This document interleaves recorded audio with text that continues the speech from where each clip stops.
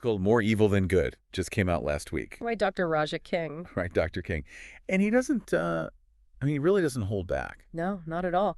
Calls out some major governments and world leaders, doesn't he? Yeah, straight up calls him evil. Well, that's certainly a strong statement. Yeah, so we're gonna try to figure out, like, what led him to that conclusion. What's the thinking there? It's helpful to consider his background a bit. He's very much rooted in Islamic psychology. Yeah. He's actually got his own journal of Islamic psychology. Wow. So, that perspective is kind of woven through his analysis of these global issues. Right, and that frustration really comes through. Like, it's almost palpable. Definitely. He talks about, fighting all these different battles and how hard it is to find people on the same side. Yeah, yeah. He's like, how many are you going to fight at the same time? And with what allies? Like, he's wrestling with it himself, It's a heavy question. And the conflicts he brings up, they're not easy ones to grapple with. No, not at all. I mean, you've got the Israeli-Palestinian conflict, what's happening with the Uyghur Muslims in China. Right, right.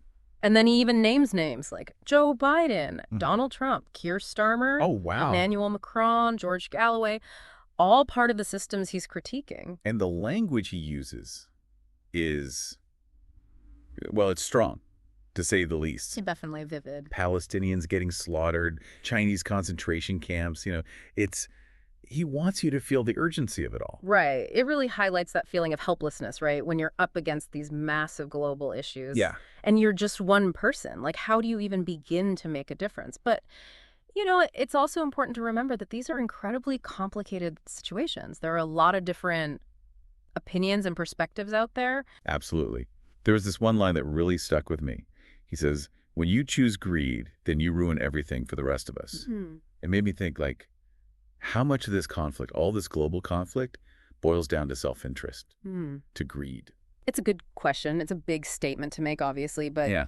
you can definitely see how greed has played a role in history, Yeah. throughout history. Oh, yeah. Like, think about colonialism, the pursuit of resources and power, leading to exploitation and conflict. It's a pattern that repeats itself. It does, doesn't it? And that's where the idea of Islamic psychology is so interesting. It often emphasizes social justice and community well-being. So from Dr. King's perspective, actions that come from greed, those are going against those very values. And they're leading to the suffering that he's talking about. So it's like he sees this evil, in governments and individuals, but he's also pointing to this deeper issue, this greed that's driving it all. Exactly. Like, we need to look past just the surface level and really examine the motivations behind the actions. Yeah, it's like he's saying, don't just look at what's happening, but ask why. Why is this happening? And that leads us to a really crucial question. Is it actually helpful to frame these global issues as good versus evil? I mean, Or does it make things too simplistic? Does it prevent us from understanding the nuances, the complexities of the situation? right, right. That's something for you all to think about. As you explore these topics further, don't just take Dr. King's word for it, or mine for that matter. No, of course not. Seek out diverse voices, research different perspectives on these conflicts, and form your own informed opinion. That's what it's all about. All right, thanks for joining us for this deep dive. It's a lot to think about. It is. Definitely a lot to think about. But, that's what we're here for. Absolutely.